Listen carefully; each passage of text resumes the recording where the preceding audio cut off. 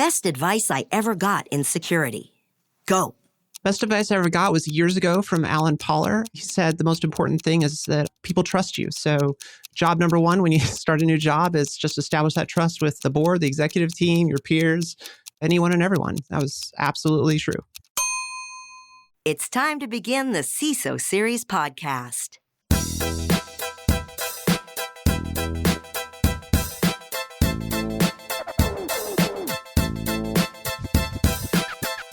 Welcome to the CISO Series podcast. My name is David Spark. I am the producer of the CISO Series.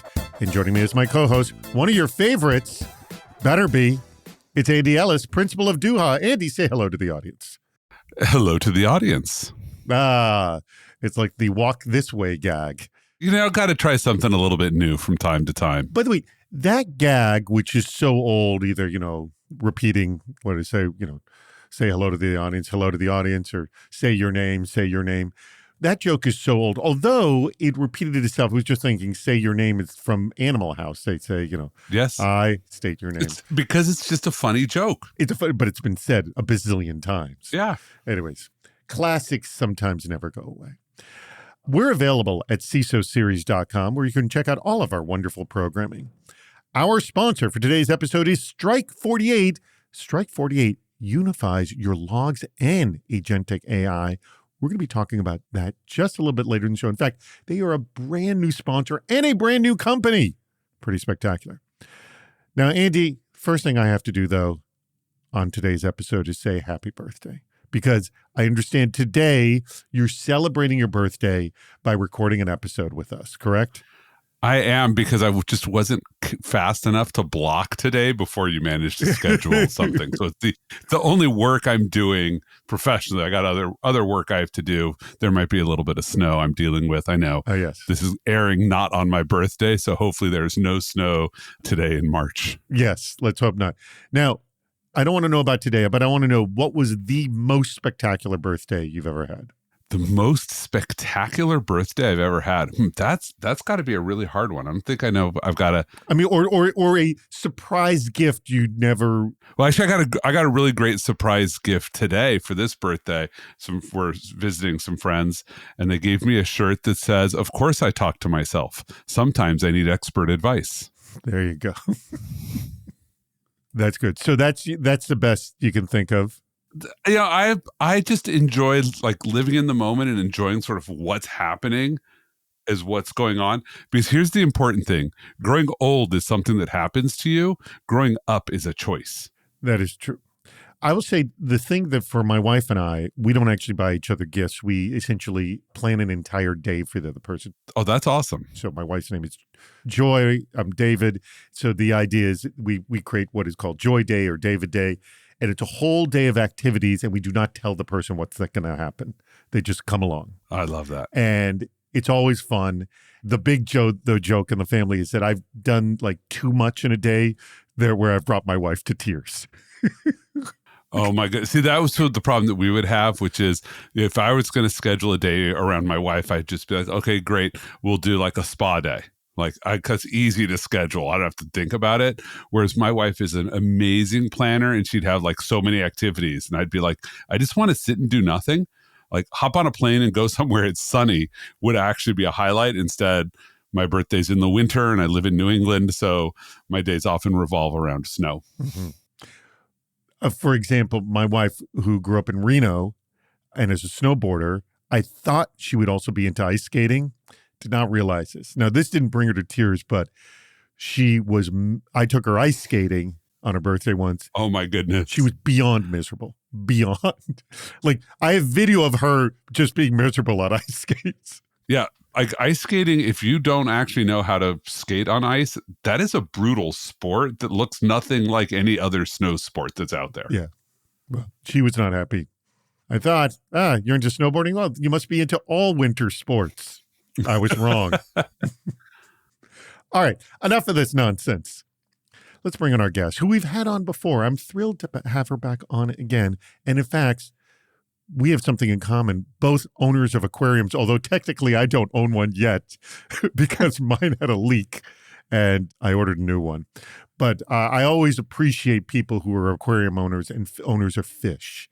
Anyways, but that is not her claim to fame for this episode. Rather, she's a CISO. The CISO for Dell Tech, none other than Becca Harness. Becca, thank you so much for joining us. Thanks for having me here. Is AI going to help us or hurt us?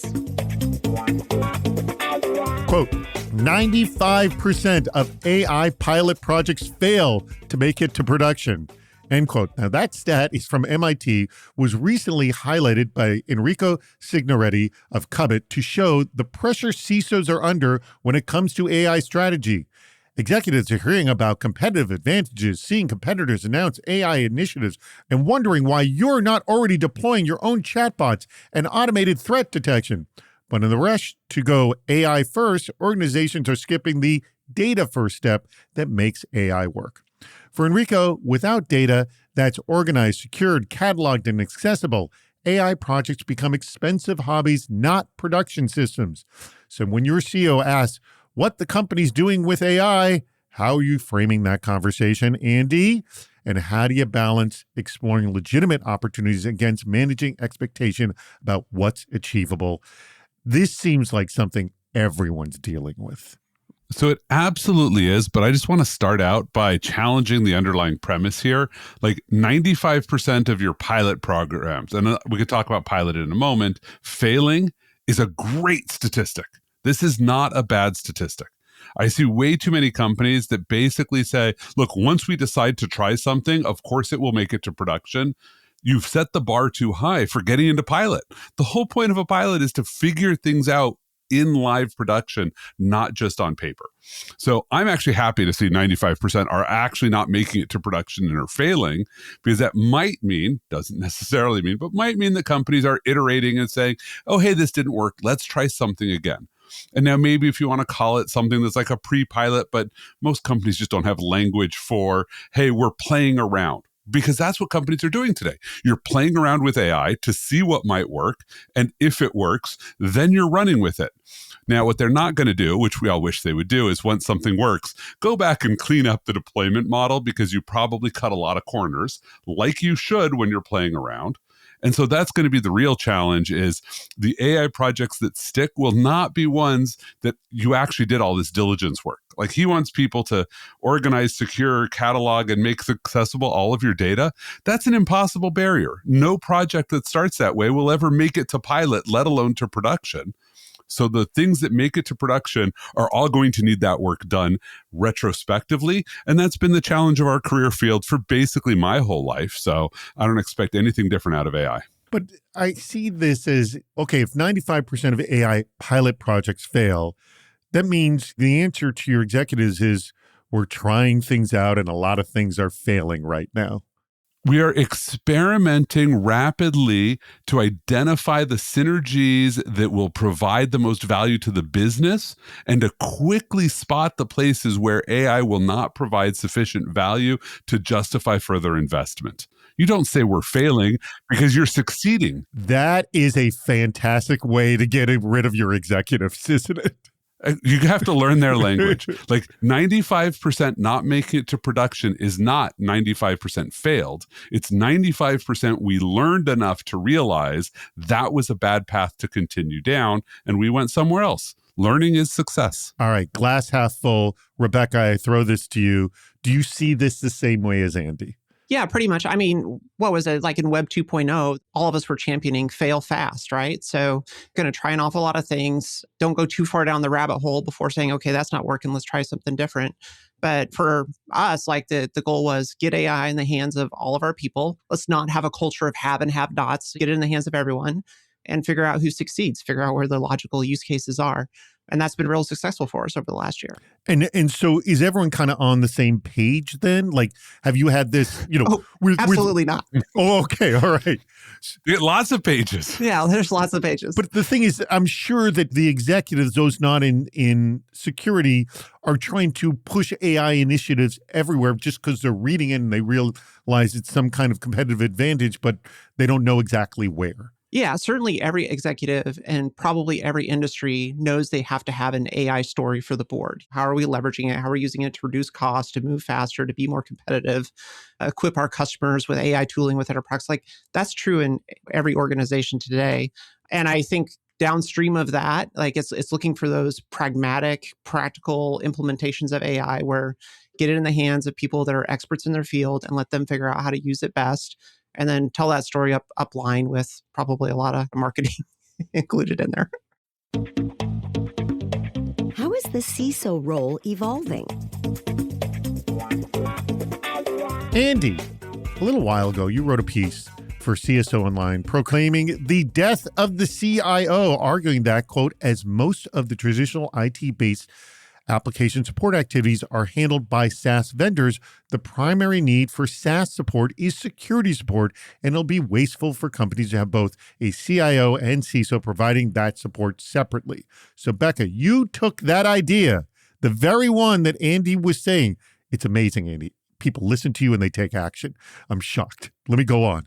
Wow. You took that idea, Becca, and you ran with it, floating the idea to your executive team that your organization should close the open CIO position and shift to a new operating model with most of IT reporting to you as CISO. 6 months in, you now have 150 people reporting to you with IT infrastructure and support services under your leadership. We've talked about this theory on the show before, but now we have an actual in the wild example. All right. So Becca, walk us through that Jerry Maguire moment. Was like, how did you make the case? Because I'm envisioning this whole movie scene that played out. Oh, yeah. What's working 6 months in and where are the friction points? Let's hear the story. So where this really started was, this is my third run as CISO, having been CISO at St. Louis University and QuickBase and now Dell Tech. And, one thing that's followed me at each spot, I don't know if I'm the death knell for CIOs, but at St. Louis University, 6 months in, we had a changeover in CIO. QuickBase, I think it was 9 months in, we had a changeover CIO. Here at Dell Tech, same thing. We had a CIO exit and they started looking for a new CIO. Every single time, it's kind of been the same story where, okay, we're going to bring someone else in. Then I got to develop that relationship, develop that trust. We got to figure out how to work together and then hopefully make some progress towards whatever we're trying to accomplish. And this time I was just like, okay, third time's the charm here. We got to figure out a different way to go about this because it takes too long. It interrupts progress. And we're also a point in the industry, like we talked about, like every organization is trying to do this transition over to AI and such. I happen to be in a position where I spent a good part of my career in IT services and support and IT engineering. So I had the right background there. I've been in security since around 2012. So I've got maybe the right foundation to take on something like this. So when I was at QuickBase, the CTO that I reported to had come from Amazon. He was a big believer in the Amazon 6-pager and the PR FAQs that come out of the Amazon culture. So I sat down and rather than kind of build a slide deck, I wrote a 15-page Amazon 6-pager with references, including Andy's article, which was really kind of the first one that I ran across with when I started looking at doing something like this, and kind of made that point of, let's think about this in a different way. Maybe rather than bring in a CIO and say, have everything report up to the CIO, why not move the IT engineering and IT support, which I've got a good background in, let me take leadership on that and focus on bringing in an executive that's solely focused on transformation, digital transformation, the transformation towards AI, those big bucket things. Because inevitably what happens is you bring in a CIO or whatever you want to call them, and in our case, they're executive positions, but not called CIO. They're looking to make a name for themselves. They're, of course, going to focus on innovation and transformation, that sort of thing. And IT services and support, security, it's kind of best effort type of thing. Bringing it into the security organization allowed me to merge the teams together. So our IT and security teams are really tightly blended together. My SOC manager now also leads network operations. Our security engineering team is part of the network engineering team. There's really great synergies across the stack. So it worked really well. I wrote the paper. I sent it to all of our executive team, and then I kind of went one by one and met one-on-one with them. And, they poked and prodded on it. And I think what it really came down to was they had seen what I'd done with security over the last year, and I'd done some really great stuff, taken a very pragmatic approach. Mm-hmm. They trusted me. And I was really telling the story from their perspective of, we know we got to do these big bucket things. Okay, give me the things that are kind of noisy, so to speak. Let me take that and manage that. And then other folks can focus on the big transformation activities and such. So 6 months later, I think it's worked really well. The teams that picked up on it, I think some of the biggest friction points was IT used to be very project focused, which tends to slow things down. It takes longer to run large project cycles. So I I'm a big believer in agile methodology, Kanban plus Scrum. So we've been migrating to that's how we manage work and how we implement stuff. I think that's kind of been the biggest thing so far. All right, Andy. So you hear a real world example. Had you heard others? What's your take on Becca's story? Yeah, so this is absolutely not the first I've heard of it. In fact, I did not write this cold and be like, oh, I have this great idea. I wrote it because I was already starting to observe it. And in fact, I've been observing fascinating, and it may just be availability bias. I've noticed a gender skew here, which is I'm more likely to see a woman who is doing both jobs than I am a man who's doing both jobs. And certainly the early cases, I actually pitched a panel to RSA, and I went and I tried to find everybody who'd been both CIO and CISO. And the first 10 people I could come up with were all women. It wasn't even like a little bit of a split. I could not find any men who had done this several years ago. So to me, that's just a fascinating, I don't have an explanation for it. That's just observational data. But I think exactly what Becca sort of closed with is I think a key thing, which is there's different cadences that organizations operate at. And IT is traditionally a very operational role. Like things have to move fast. But it evolved into this project role of, oh, we want to do big things. Big organizations like that don't move fast. They become sort of these engineering, change leadership, change management, and that affects the operational teams because more and more of your leadership doesn't know how to work in an operational role. And you also, I've seen some really weird dynamics, and I can't wait to see. Actually, I hope Becca doesn't run into this, which is there's a boom and bust cycle of headcount, right? It's like, oh, let's get more headcount. Oh, we have to take away headcount. And what I've seen in a lot of IT organizations is when they get a boom, they apply all of the boom into the big projects. It's like, oh, let's put all of this bonus headcount we've got into digital transformation. And then a year later, when they're told, oh, cut 10% of your heads, they protect digital transformation. And the 10% cut isn't just the 10% of the ops team, it's the 10% from digital transformation applied to ops. So your ops team keeps getting cut even more and more. And so separating them out, I love as an idea just to protect the budget lines as well. It's like, hey, here's our operational support team. They're not carrying this, I don't want to say dead weight, but this weight of these big transformation activities that you should invest in or disinvest in as a whole, not partially. One way we mitigate some of that is through monthly metrics meetings. I'm a big metrics nerd, and we're constantly doing trending data. And every team tells a very tight story of what they're delivering for the organization and what they're doing in the name of continuous improvement. That's one way we avoid that, is we make sure that we tell our story very, very well upline so that everybody understands the value that we bring the organization. Before I go any further, I want to tell you about our fantastic new sponsor, and that is Strike 48. As we know, everyone is talking about AI for security. Co-pilots, assistants, chatbots, the list goes on. But how much time is AI really saving you? I mean, really? Does it have access to the data it needs, or is it just isolated in silos? And can you trust it to do real, reliable security work? Enter Strike 48. This is the first agentic log intelligence platform that gives AI agents the visibility they need to take a load off of your team. Now, it's no secret that AI is only as effective as the data it can access. So if your SIM costs force you to drop logs or put them in cold storage, any existing AI you deploy will have blind spots. Don't worry about that anymore. You can now maximize log visibility without maximizing costs. Plus, the platform connects to your logs wherever they live, so you can keep the technology you already have. With Strike 48, you can deploy pre-built agent clusters or build your own agents and workflows covering phishing, threat intel, alert triage, SOC, and more. You can try Strike 48 for free. Yeah. Just go to strike48.com, spelled exactly as it sounds, the word strike and then 48, strike48.com/security, and start deploying log intelligence agents today. Remember, strike48.com/security. You heard about it from the CISO series. It's time to play What's Worse? Becca, you remember how this game is played? 2 crappy scenarios. You have to decide which one is worse from a risk management perspective. I will make Andy answer first. You can agree or disagree. This again comes from Ryan Renee Rosado of RSM. She has put together an interesting combination on each side of the what's worse scenario. So there's, again, it's kind of apples and oranges on each side, but you will see what I mean. All right.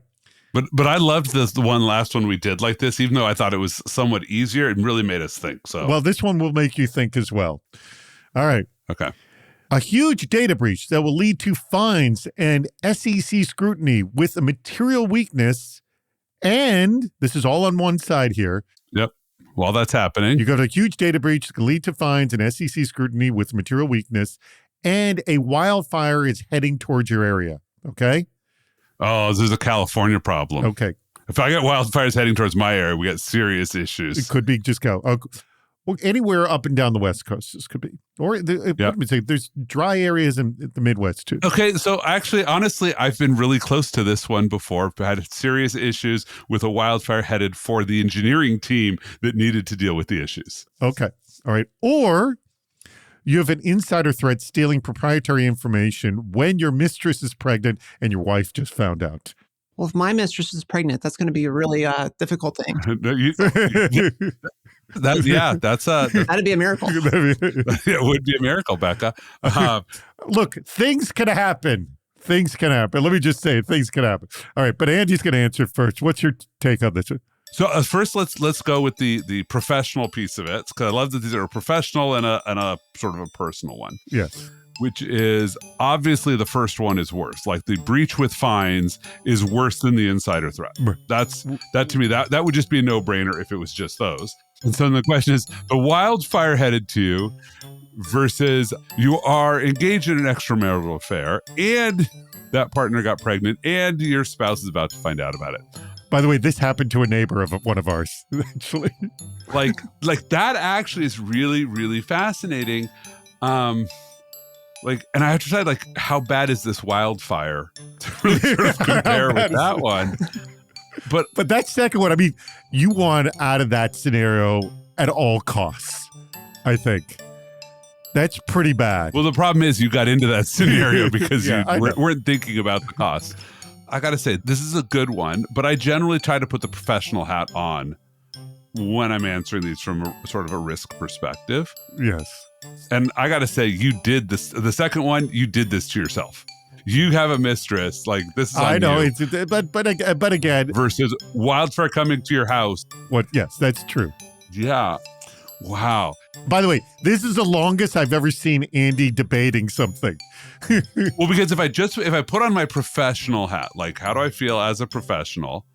I would have to say the first one is worse. Yes. Especially because the wildfire impacts your ability to deal and your whole team's ability. You can't even delegate. Oh, yeah. Just the number of people this affects is the first one. Because the wildfire is headed towards your headquarters. The number of people being affected. But that second one, oh man, does that get you? But that second one, from a very personal perspective, this is like, how do I go up to my wife after recording this and say, well, I just said that, if hypothetically I was in an affair and got her pregnant, that's not that bad. There's just no way to walk off with that one. I got to say, this is a really good one, but I'm going to stick to my guns and say the first one is worse. Okay. Simply because the amount of effect on your life, your company's life, all of your employees' life is much more massive in every realm of it. Whereas the second one, the risk is all just concentrated on you were an idiot. Mm-hmm. And so I have a hard time saying that it's worse, even if personally that would be really awful. Now, Becca, same story for you. You got your mistress pregnant. I don't know how you did it, but you pulled it off. Good job. Yeah, Mm-hmm. You make a lot of money repeating that experiment. There you go. I bet. Right?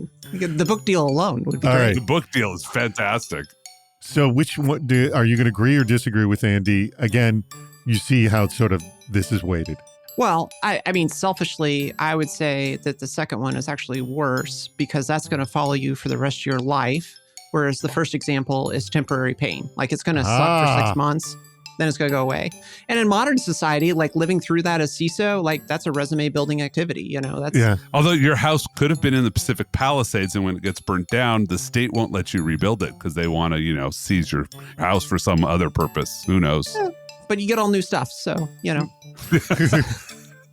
get all new stuff. I'm a silver lining type of person. So So anyway, so you're leaning on the second one being worse because great example. Oh, yeah, It has a longer lifespan, the rest of your life.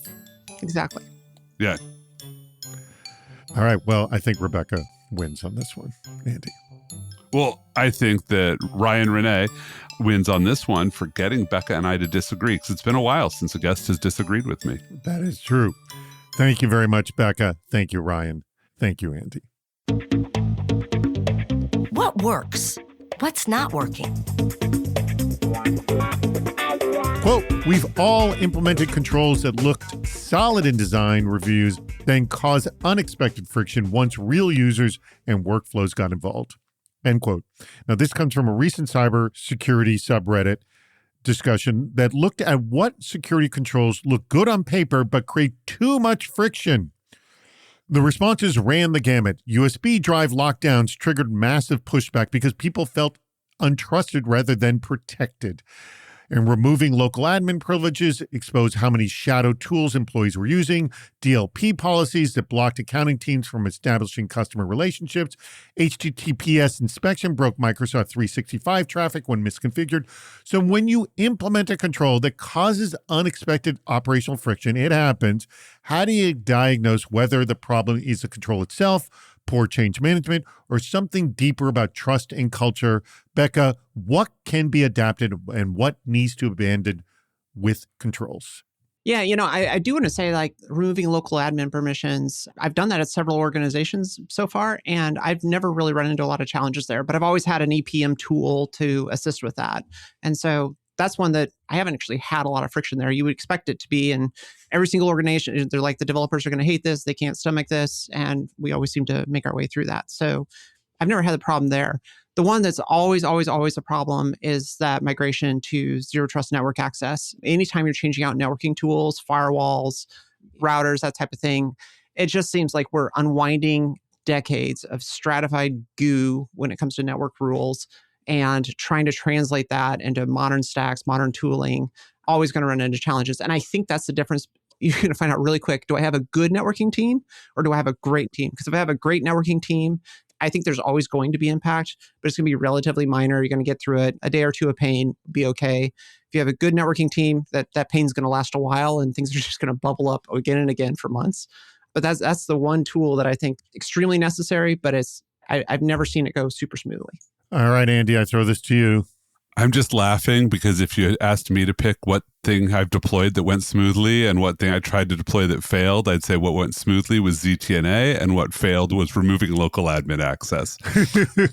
You see? But see, you're disagreeing on everything with Becca. Although Becca's the one who followed your advice, too, about the whole CISO model. But we're not disagreeing about why. The why is, in which place did you truly understand what your users were doing in advance and be prepared to support them?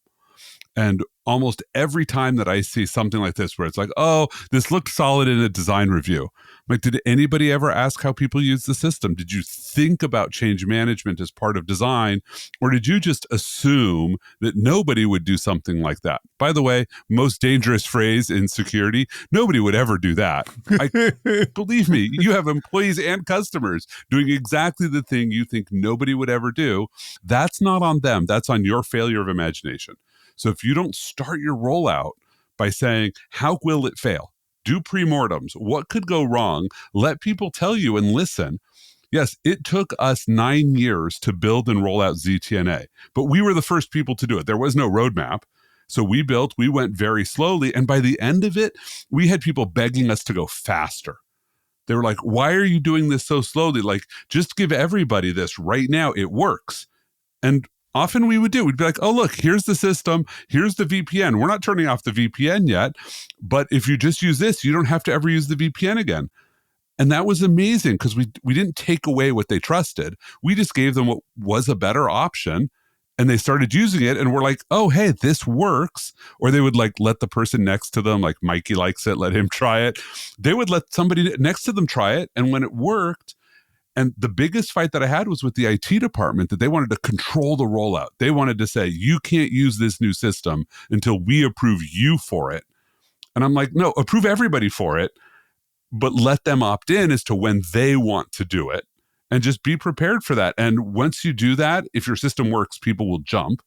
And if this doesn't work, they'll tell you early, but they're not disrupting your roadmap because you let them self-select back out.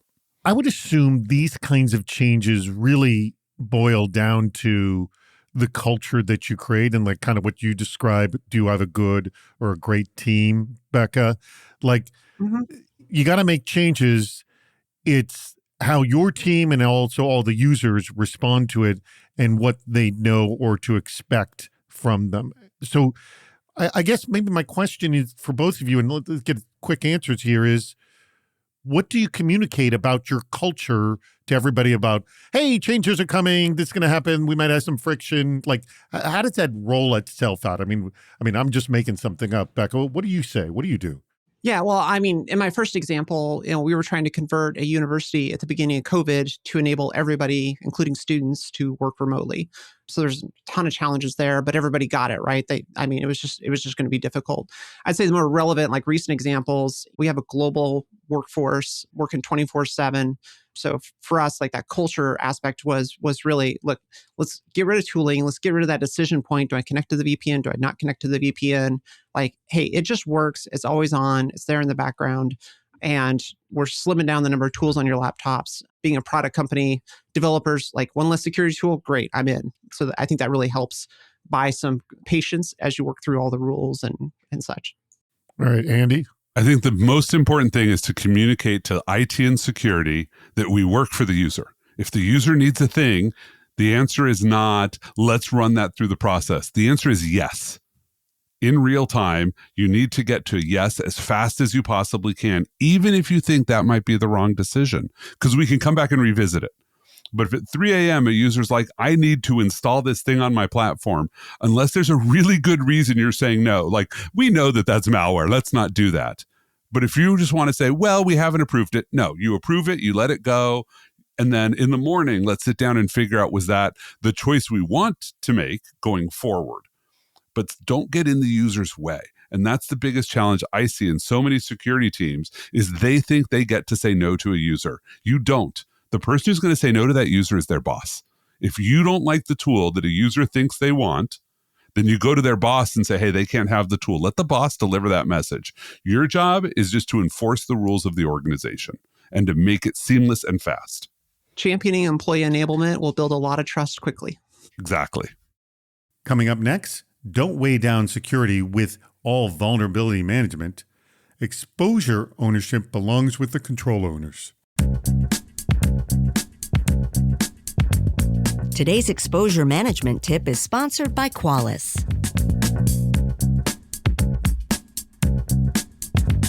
In some past multiple identity-related breaches, excessive privileges were known issues, but remediation stalled because security lacked the authority to change access models. Application teams shouldered the responsibility of making the changes, but accountability sat with business executives to approve those changes. Security was then left holding the bag. This resulted in months of delay, and it ended with eventual exploitation. The lesson wasn't to deploy better tooling, but simply to align exposure ownership with control ownership. Exposure management breaks down when everything is owned by security. The most effective programs push ownership to the teams that can actually control the risk, such as identity teams that own privilege sprawl, cloud teams that own misconfigurations, and network teams that own segmentation gaps. Security then becomes the orchestrator, not the bottleneck. This model also shortens remediation cycles dramatically because fixes happen where decisions are made. More importantly, it embeds exposure awareness into daily operations, instead of treating it as an external audit function. That's where exposure management becomes sustainable at scale. Want to go beyond exposure visibility and actually reduce risk? Find out how by visiting qualys.com/ROC. Here's a brand new vendor marketing tactic. Quote, your company is vulnerable. We found 23 security issues, end quote. Now that was the subject line of something CISO Nick Ryan of Ryan Leadership found in his inbox from a pen testing company demanding $15,000 to reveal what they supposedly found. Nick's response was direct: send me the list and I'll pay you. Otherwise, stop scanning our infrastructure without permission. End quote. He never heard back because they didn't find anything. They likely sent the same email to hundreds of companies, hoping someone would panic and pay. As Nick puts it, quote, this is what desperation looks like in security sales. So how do you quickly distinguish between legitimate security vendors and companies running scams with an LLC? What are the red flags you watch for in vendor outreach, besides obviously this one? And is this the shadiest sales tactic you've ever come across, or are there worse, Andy? Okay, so I see this from legitimate vendors. So this is not just a signal of a shady vendor. My least favorite was actually all of the various file sharing instant communications platforms that would send a CISO you have 75 employees in your organization using our platform, but you're not an enterprise customer. Talk to us and let us know. And I've always been like, look, if you actually think that I care, which I actually did. And I'm like, look, if one of my customers wants to use Dropbox for us to share with, fine. An employee's going to set up a Dropbox account to share there. That's not the end of the world. But if you think I would care, what I don't care is the list of 75 is what you're trying to tell me. What you want to sell to me is like your enterprise tool where I can manage the 75. So send me the list. Like send me the list and say, hey, here's what I've found. I've already got it. I'm giving it to you as good faith, and I can sell you value on top of it. Because the answer is, outside very small niches, discovery is not something that CISOs want to pay for long term. That's a one-time activity. So if what you have is, I discovered some things, give the things you have discovered. Turn this from shady to, now I'm doing good work. I found these things. I'm going to tell you about these things. By the way, I have a related tool so you can manage, because that's what you're probably selling. So this is shady. What is actually shadier is anything that involves going over my head. The number of vendors I've had who have reached out to another C-level executive to try to get a call doing something like this. Your CISO is ignoring this. That's honestly even worse, because even if you're right, I do not want to do business with you. No, that's and hopefully you have a good enough relationship with your CEO that they know that that's shady sales. Oh yeah, they just forward it to you. They just say, hey, this is a vendor, and you just reply and say, yeah, it's one of the scummy sales tactics, and they never follow up to say what were the 23. All right, Becca, do you get these kind of Weasley sales techniques, and have you seen worse than this? Yeah, I get them all the time. That is kind of the worst of the worst, is I've got this thing and demanding payment up front. So I think it's important to have a responsible disclosure program. So when we get things like that, depending on the source, if it looks like quasi-legitimate, like I'll respond back and just say, hey, here's a link to our responsible disclosure program. We really appreciate your partnership and cooperation. I don't mention payment or anything like that. If they want to submit it, great. If they don't, they don't.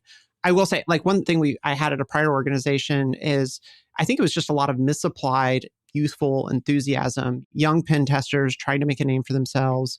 They don't think about, like, I should ask for permission, I should try and work with you. They just go do a bunch of stuff, and they're trying to get you to say that, oh, you found this thing, and they want to make a headline, they want to be in an article or something like that. Kind of to Andy's point, the big issue with us is that I see all the time is just vendors being over aggressive on sales, or they created a problem, basically allowing all these free signups with corporate accounts, and then, now we want you to buy an enterprise license for it. Just don't engage with that. And I do want to reinforce, like, again, if you've got good trust amongst your executive team, because vendors will absolutely climb up that ladder, but they'll also go downstream too. They'll reach out to your security engineers, your security analysts, and say, oh, I found these things. And then they get them all spun up and distracted from what they're supposed to be working on. So a lot of challenges in that space, I think. Yeah, I have two shadier ones that I've thought of, David, so I got to share these. So one was a researcher who wanted to collaborate with us and worked with somebody on my team and was like, hey, I want to do some data analytics. You have access to some cool data. So our person went through legal and got we'll share this with an academic researcher. Academic researcher did the analytics and then sent us a bill. There was no contract. Like, they just sent us a bill for analytics. We thought we were doing nice. Like, oh, we'll let you have access to cool data to do research. And another one, and a company I can't name because they have been a sponsor of ours in the past, said, oh, here's what we're telling our customers about you. You should pay us money for us to stop saying that and say different things. And I said, well, I will just go tell all of my customers not to do business with you. That is pretty bad. Well, I'll find out off mic what the heck sponsor that was. By the way, all good companies have rogue employees. It does happen. Yep, It does happen. With that, we're going to close this show. To our listeners who are not rogue listeners or employees, I know that. Those people wouldn't be listening to this show. The ones that are rogue. Thank you very much for listening to this very episode. Let me thank our sponsor for today's episode. That was Strike 48. They unify your logs and agentic AI. Remember, you can go check them out at strike48.com. When you go, let them know that you heard about them from the CISO series. All right, Becca, any last words you'd like to say on today's episode or about your company or anything? Always a delight being here. So thank you very much for having me. And secondly, I'd just like to say this is a delightful industry to be in. I fell backwards into it and back in like 2010, 2012. And I really hope that anybody listening to this, if you're a young person's maybe early career, these type of stories are the things you'll think about, for your whole career and can help develop your career. And so I'd highly advise paying attention to the voices that come before you. And would you support an outreach from someone debating whether they're going to get into cyber and you'll give them a convincing argument, Becca? Yeah, absolutely. So reach out. Yeah. We'll have a link to her LinkedIn profile on the post for this very episode. Andy, thank you as always. Becca, thank you as well. And audience, we greatly appreciate your contributions and for listening to the CISO Series podcast. That wraps up another episode. If you haven't subscribed to the podcast, please do. We have lots more shows on our website, CISOseries.com. Please join us on Fridays for our live shows, Super Cyber Friday, our virtual meetup, and Cybersecurity Headlines Week in Review. This show thrives on your input. Go to the Participate menu on our site for plenty of ways to get involved, including recording a question or a comment for the show. If you're interested in sponsoring the podcast, contact David Spark directly at david@cisoseries.com. Thank you for listening to the CISO Series podcast.